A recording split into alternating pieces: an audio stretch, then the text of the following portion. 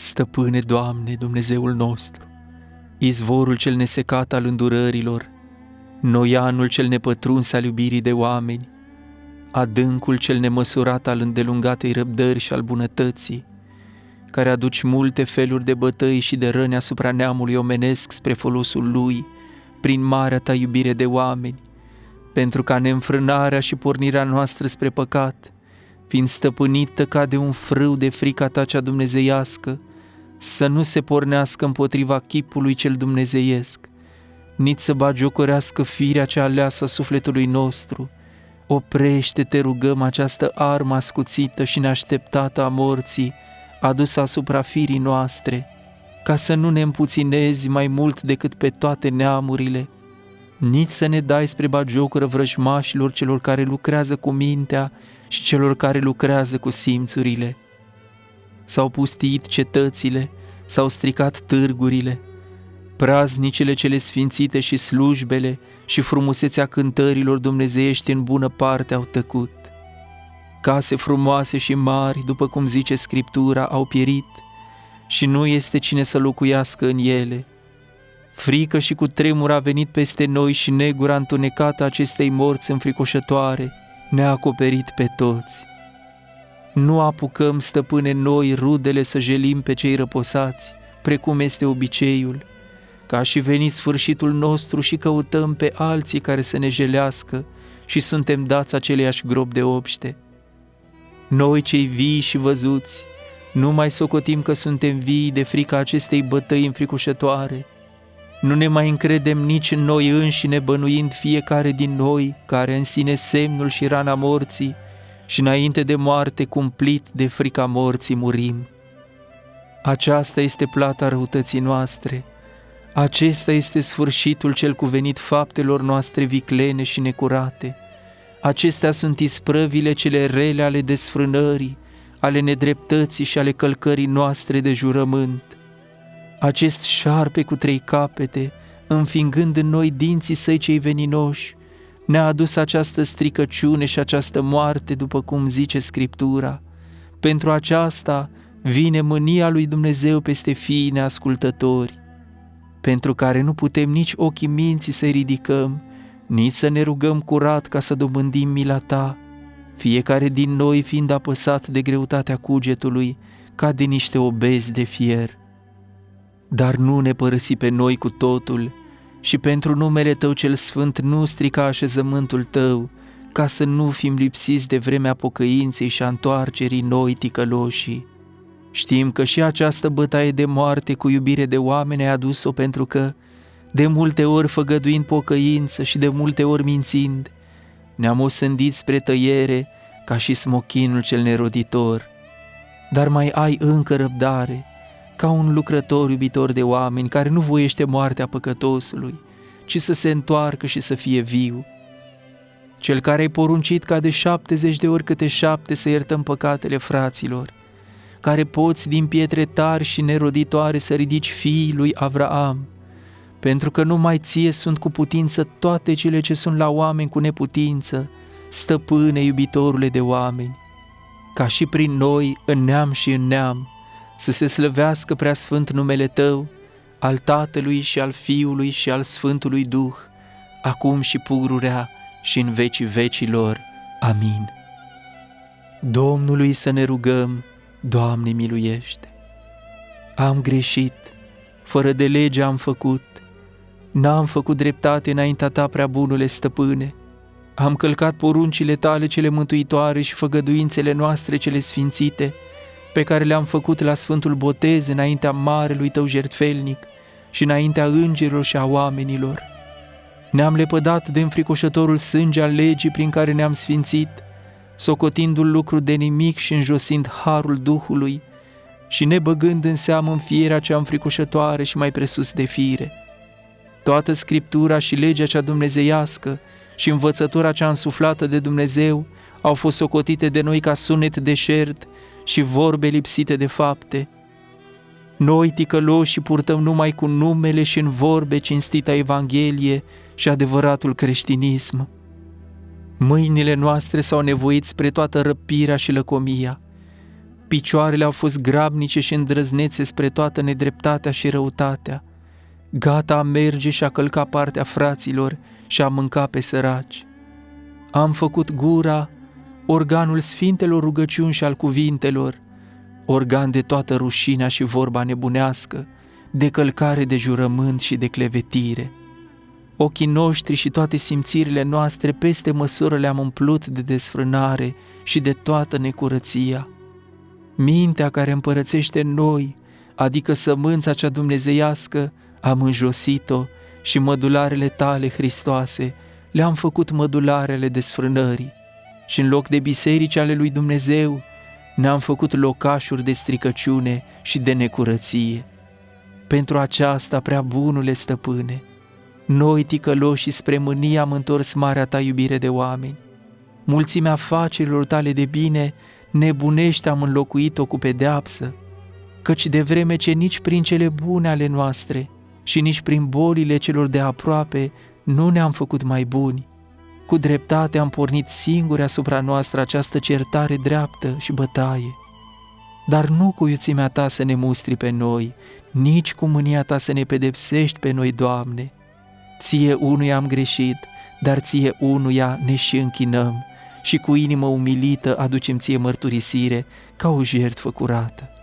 Lasă, iartă, iubitorule de oameni, stăpâne, oprește bătaia cea cu dreptate adusă asupra noastră. Să biruiască adâncul îndurărilor tale mulțimea cea vicleană a păcatelor noastre. Noianul bunătății tale cele nemărginite să acopere marea cea amară a răutății noastre. Avem pilde mari ale iubirii tale de oameni, pe tâlhari, pe desfrânate, pe vameși și pe Fiul cel desfrânat, care ne-au întrecut pe noi ticăloșii și în împărăția cerurilor înainte au ajuns. Cu aceea primește-ne și pe noi, care ne mărturisim și cădem înaintea ta, stăpâne, deși suntem departe de întoarcerea și de curata pocăință a acelora. Dar bunătatea ta cea nemăsurată să împlinească lipsa și mai bine să facă chiar totul, de vreme ce de toate suntem lipsiți cu totul. Îndurare și milostivire care te îmblânzește pe tine, ai crucea și moartea cea de bunăvoie pe care ai răbdat-o pentru noi nemulțumitorii.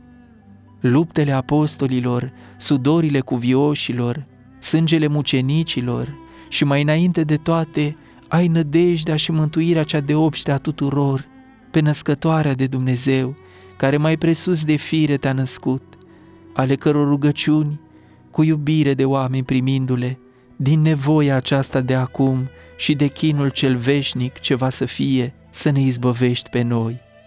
Cu harul și cu iubirea de oameni ale celui fără de început al tău, Părinte, cu care împreună ești binecuvântat, și ale Preasfântului și Bunului și de viață făcătorului tău Duh, acum și pururea și în vecii vecilor. Amin. Domnului să ne rugăm. Doamne, miluiește! Doamne, cel singur bogat în milă, care din îndurările bunătății tale te pleci spre rugăciunile noastre ale păcătoșilor și ale nevrednicilor tăi robi, cel care întocmești și chivernisești toate spre folosul nostru, care cu purtarea ta de grijă cea înțeleaptă o curmuiești viața noastră și în tot chipul dorești mântuirea noastră, cel care din fire ești îndelung răbdător și mult milostiv, care pedepsești și iarăși te măduiești și dai pedeapsa cu bunătate și cu iubire de oameni, nu ca să pierzi zidirea mâinilor tale, ci mai vârtos ca să o aduci la frumusețea cea dintâi și la starea aleasă cea de la început, pe care am pierdut-o prin slăbiciunea minții și prin sfatul vrăjmașului, vrând iarăși a ne ridica și în tot chipul purtând grijă să scap ce a mai rămas din căderea aceea. Însuți, stăpâne atoțiitorule, caută spre noi și ia aminte spre rugăciunile noastre ale celor păcătoși, pentru că mulțimea fără de legilor noastre ne-a făcut necutezători și nu mai îndrăznim să cerem iertare de greșelile noastre, dar știind iubirea ta de oameni, îndurarea, mila cea multă, îndelunga răbdare, nerăutatea și prea multa ta bunătate, și îndrăznind spre adâncul acestora și spre noianul bunătății tale, ridicăm mâinile și cu stăruință strigăm către tine. Am greșit, am făcut nelegiuiri, am călcat credința pentru că am uitat poruncile tale și am umblat după cugetul nostru cel viclean. Căci am viețuit ca niște nevrednici de chemarea și de Evanghelia Hristosului tău, de sfintele lui pătimiri și de micșorarea lui cea pentru noi, și ne-am făcut batjocură pentru iubitul tău fiu. Și preoții și poporul tău ne-am depărtat, toți ne-am abătut, împreună netrebnici ne-am făcut. Nu mai este cine să facă judecată și dreptate, nu este nici unul. Am închis îndurările tale și iubirea ta de oameni și îndurările milei Dumnezeului nostru, din cauza răutății noastre și a vicleșugului în care am viețuit. Tu ești bun, dar noi am făcut fără de lege. Tu ești îndelung răbdător, iar noi vrednici de pedeapsă. Știm bunătatea ta, deși suntem neînțelegători. Puțin am fost pedepsiți pentru cele ce am greșit. Înfricoșător ești tu și cine îți va sta ție împotrivă?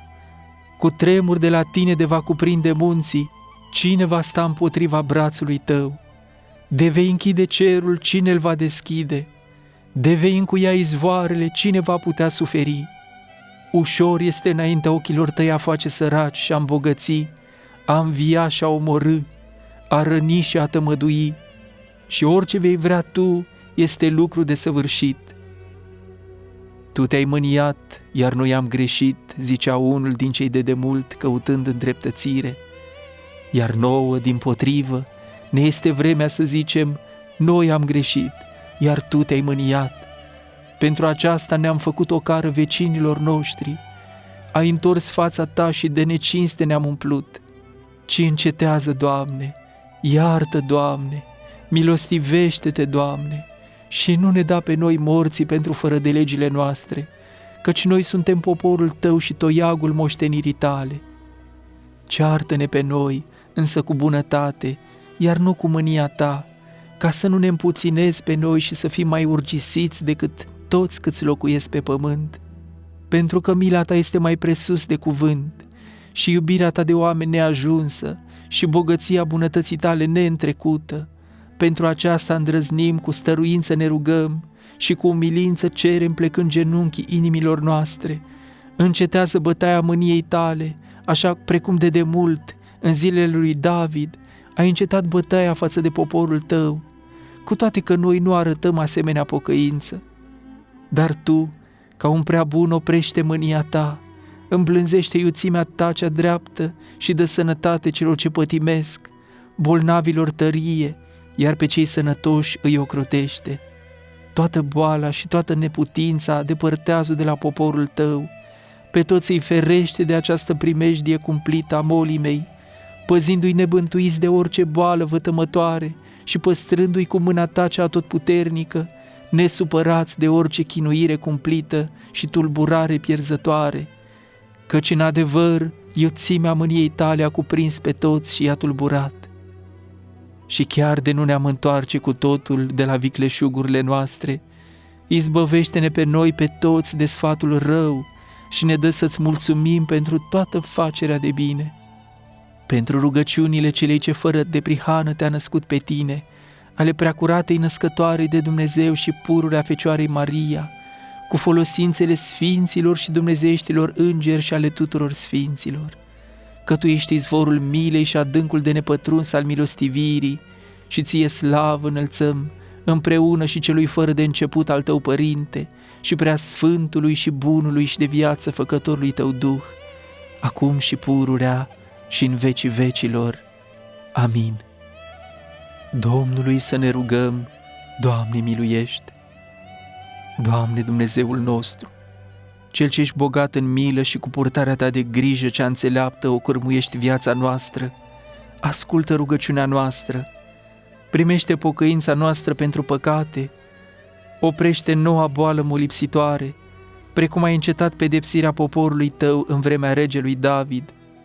Cel ce ești doctorul sufletelor și al trupurilor noastre, dăruiește însănătoșire celor cuprinși de boală, ridicându-i grabnic din patul durerii, ca să te slăvească pe tine, Mântuitorul cel milostiv, iar pe cei sănătoși îi ocrotește de orice boală.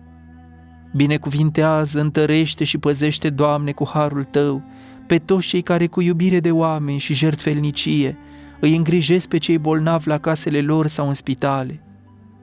Îndepărtează toată boala și suferința din popor și ne învață să prețuim viața și sănătatea ca daruri ale tale.